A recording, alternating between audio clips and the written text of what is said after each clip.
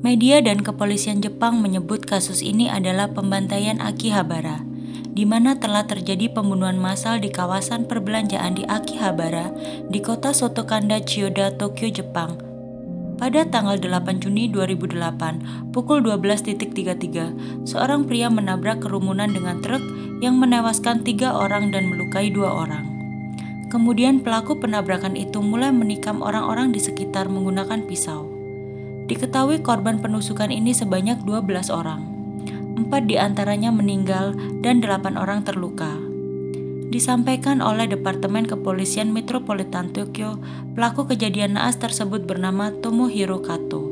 Laki-laki berumur 25 tahun ini adalah warga Susono, Shizuoka.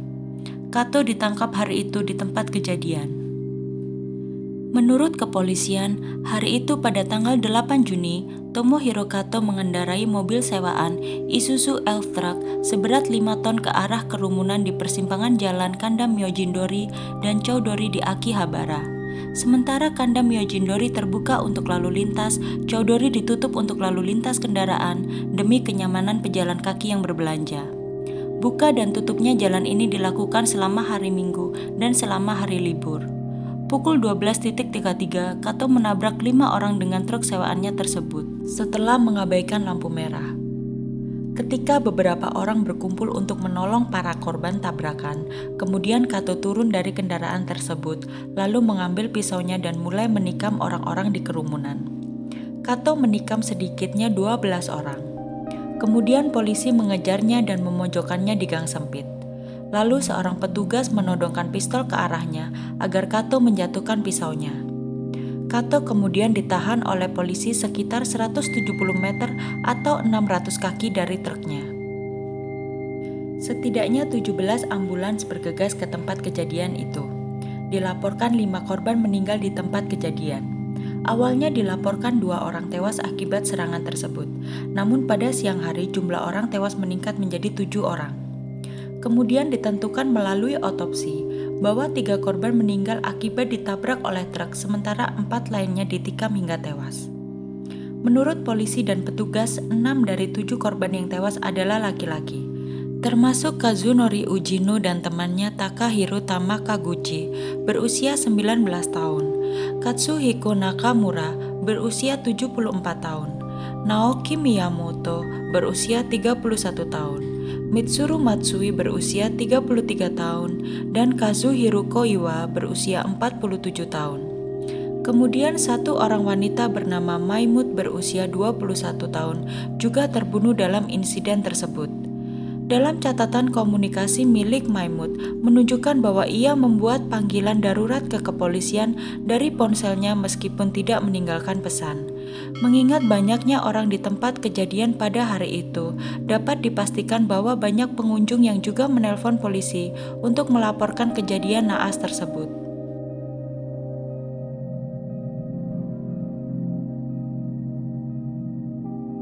Siapakah Tomohiro Kato dan apakah motivasinya melakukan hal brutal tersebut? Tomohiro Kato lahir pada tanggal 28 September 1982 di pinggiran kota Aomori, Jepang. Ayahnya adalah seorang manajer tertinggi di sebuah perusahaan yang bergerak di bidang keuangan di Jepang. Semasa di sekolah dasar, Tomohiro Kato termasuk murid yang berprestasi. Tidak hanya berprestasi dalam segi akademik, Kato juga termasuk atlet lari unggulan di sekolahnya. Setelah lulus sekolah dasar, Kato kemudian bersekolah di SMP Sukuda, dan Kato menjadi ketua klub tenis di sekolah itu. Perubahan sikap Kato terlihat saat dia memasuki bangku SMA. Saat itu Kato bersekolah di SMA Aomori, sebuah sekolah SMA elit di sana.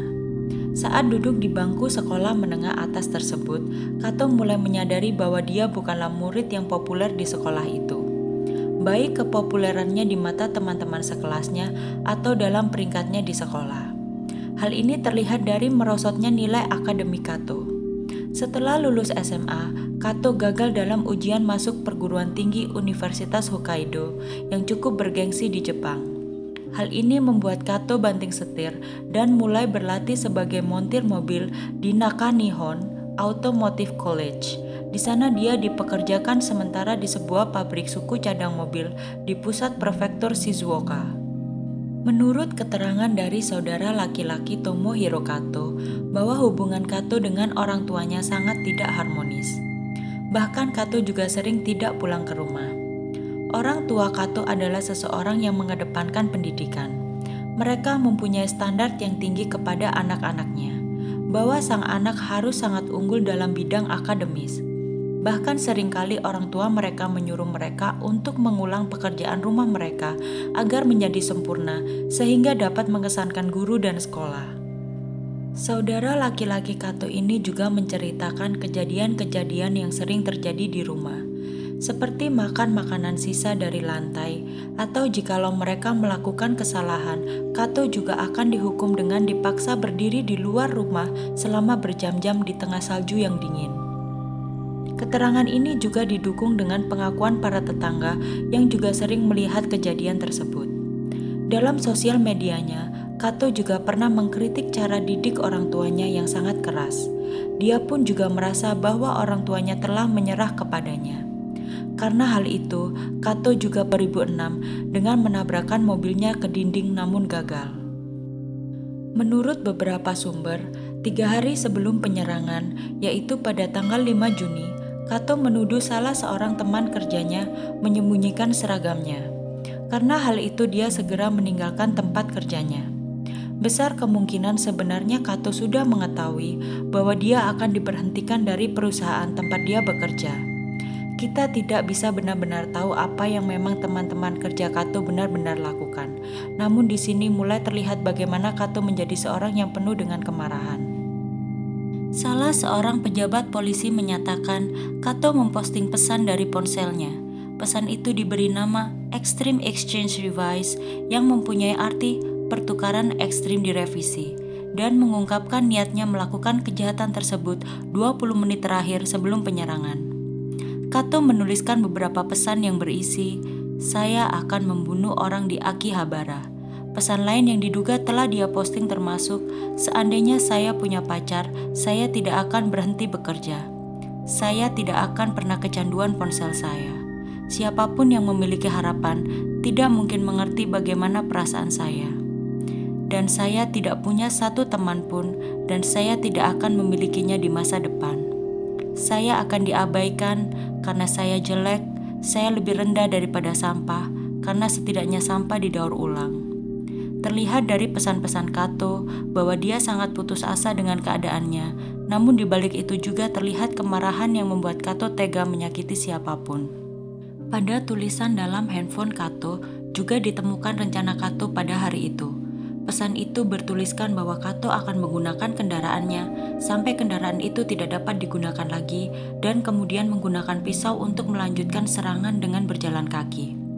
Kato sengaja menunggu lintasan Chuodori tutup pada siang hari lalu memulai serangannya saat banyak orang berkerumun. Beberapa orang di media menyangkut pautkan Kato dengan kasus penusukan di kota Suchiura.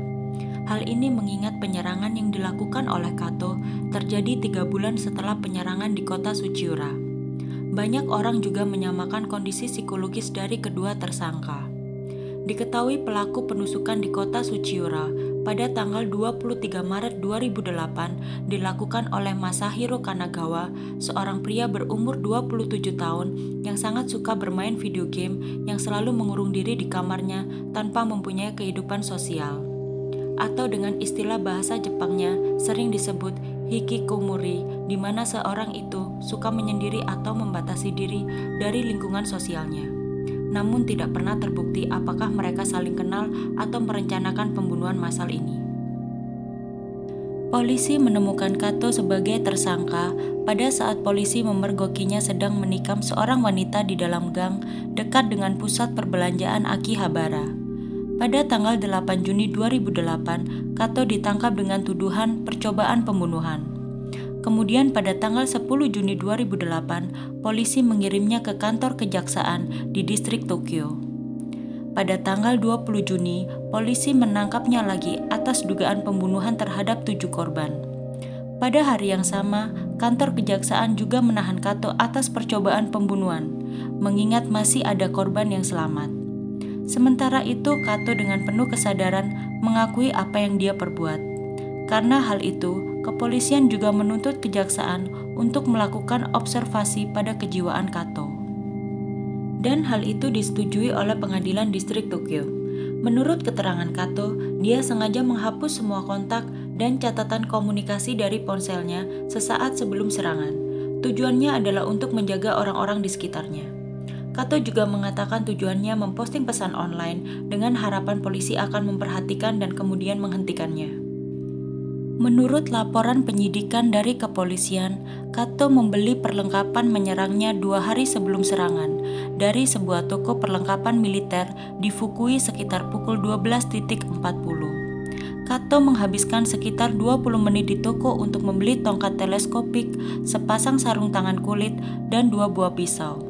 Sementara dilihat dari kamera CCTV toko, Kato terlihat berbicara dan tertawa dengan penjual sambil memperagakan gerakan menusuk. Kato dikabarkan datang ke Akihabara sehari sebelum penyerangan untuk menjual komputer pribadinya dan beberapa perangkat lunak elektronik miliknya guna mengumpulkan uang untuk menyewa truk yang dia gunakan menabrak para pengguna jalan di Akihabara pada hari itu. Kejadian ini menjadi headline di media Jepang. Masyarakat pun banyak yang tidak menduga kejadian seperti ini akan terjadi. Masyarakat sangat terpukul mengingat korban tewas dan korban luka-luka, serta tekanan secara psikologis bagi mereka yang saat kejadian berada di tempat itu. Masyarakat berpikiran bahwa kota atau tempat tinggal mereka adalah tempat teraman dari kejahatan dan kekerasan. Oleh karena kejadian ini, pemerintah nasional Jepang mengatakan akan meninjau undang-undang yang akan mengatur kepemilikan senjata tajam. Komisi Keamanan Publik Metropolitan Tokyo mengumumkan bahwa praktik penutupan Chuodori yang telah berlangsung selama 35 tahun pada hari Minggu dan hari libur akan ditangguhkan sampai langkah-langkah keamanan ditinjau ulang. Praktek penutupan jalan Chuodori pada hari libur akhirnya dibuka kembali pada tahun 2011. Orang tua Kato dalam wawancaranya di salah satu televisi mengucapkan permintaan maafnya pada para korban, baik yang meninggal ataupun yang terluka, dan kepada seluruh masyarakat yang menjadi korban. Demi menunjukkan simpati bagi para korban, beberapa developer game Jepang seperti Konami juga membatalkan 3 acara peluncuran game yang bergenre pertarungan agar tidak menyulut trauma untuk masyarakat. Dan tidak hanya itu, permainan game seri Super Sentai yang menampilkan belati atau dagger sebagai bagian dari persenjataan tokoh dalam video game juga diganti dengan menggunakan pedang. Banyak developer game Jepang yang mengubah detail dari produk game mereka untuk menghormati para korban dan mengurangi trauma apapun pada pengguna video game tersebut. Karena seperti yang kita tahu, penusukan di kota Suchiura yang dilakukan oleh Masahiro Kanagawa yang adalah pecandu video game pertarungan ini juga sempat dikaitkan dengan kasus Tomohiro Kato. Keduanya sama-sama melakukan pembunuhan dengan dagger atau belati, dan keduanya pun sama-sama tidak mempunyai kehidupan sosial. Selain itu, rentang waktu penyerangan yang mereka lakukan tidak berjarak terlalu lama. Pembantaian itu juga memicu banyak respon dari penulis-penulis artikel blog di Jepang. Ditemukan bahwa 2 pengguna Astream telah menyiarkan streaming video langsung dari tragedi tersebut, yang menarik penonton antara 1.000 sampai 3.000 views. Tidak hanya masyarakat yang bereaksi, bahkan pemerintah Jepang pun ikut bereaksi dengan melakukan eksekusi hukuman gantung pada tanggal 17 Juni 2008 kepada terpidana pembunuhan berantai Tsutomu Miyazaki. Banyak yang menduga bahwa hukuman ini sebagai reaksi atas kasus Tomohiro Kato. Mungkin dengan ini, pemerintah Jepang ingin menunjukkan betapa mereka serius dengan hukuman yang akan didapat kepada orang-orang yang melakukan tindakan keji seperti Tomohiro Kato dan Masahiro Kanagawa. Media menyebut serangan itu sebagai perkembangan dari epidemi Kireru, yaitu tindakan kemarahan yang dilakukan oleh seorang pemuda yang terasing. Ada juga yang menyebutnya dengan otaku, di mana stereotip negatif yang menyebabkan perilaku kompulsif dan antisosial. Pada April 2014, saudara laki-laki Kato yang berusia 28 tahun pada mayat saudara laki-laki Kato ditemukan bekas luka. Dia melakukan hal ini karena rasa malu atas perbuatan saudaranya. Pada tanggal 24 Maret 2011, Kato dijatuhi hukuman mati oleh pengadilan distrik Tokyo setelah dinyatakan bertanggung jawab penuh atas serangan di Akibahara. Pada bulan September 2012, pengadilan Tokyo menguatkan hukuman mati di tingkat banding. Kato pun telah menyatakan penyesalannya dan menyatakan bahwa dia ingin meminta maaf kepada mereka yang meninggal dan yang terluka, kepada semua keluarga mereka. Saat persidangan, Kato mengakui bahwa dirinya bersalah, namun dia tidak bisa mengingat secara terperinci kejadian pada hari itu. Mahkamah Agung menguatkan hukuman mati pada 2 Februari 2015. Kejadian penyerangan dan pembunuhan seperti ini pernah terjadi 7 tahun yang lalu di Jepang. Di tahun 2008 pun ditemukan beberapa kasus serupa. Beberapa hari setelah serangan Kato, polisi menangkap beberapa orang yang menyatakan niat mereka untuk melakukan tindakan yang sama. Termasuk satu kasus di mana seseorang menyatakan niatnya untuk membunuh lewat papan besar billboard di Second Channel. Kemudian pada tanggal 22 Juni, 3 wanita terluka karena serangan dari seorang wanita berusia 38 tahun. Dia mengaku menyerang 2 korban dengan pisau cukur. Oleh karena itu, Perdana Menteri Yasuo Fukuda menyatakan rasa khawatirnya melihat begitu maraknya kasus penyerangan terjadi. Menurut Badan Kepolisian Nasional, terdapat 67 serangan acak terjadi antara tahun 1998 sampai 2007. Dan kasus-kasus lain semacam ini juga masih terjadi di Jepang. Badan Kepolisian Nasional Jepang pun mulai bertindak serius, bahkan menangkap siapa saja yang mengungkapkan niatnya untuk melakukan penyerangan serupa. Sampai di sini dulu cerita kita kali ini. Sampai jumpa di cerita selanjutnya. Stay tune.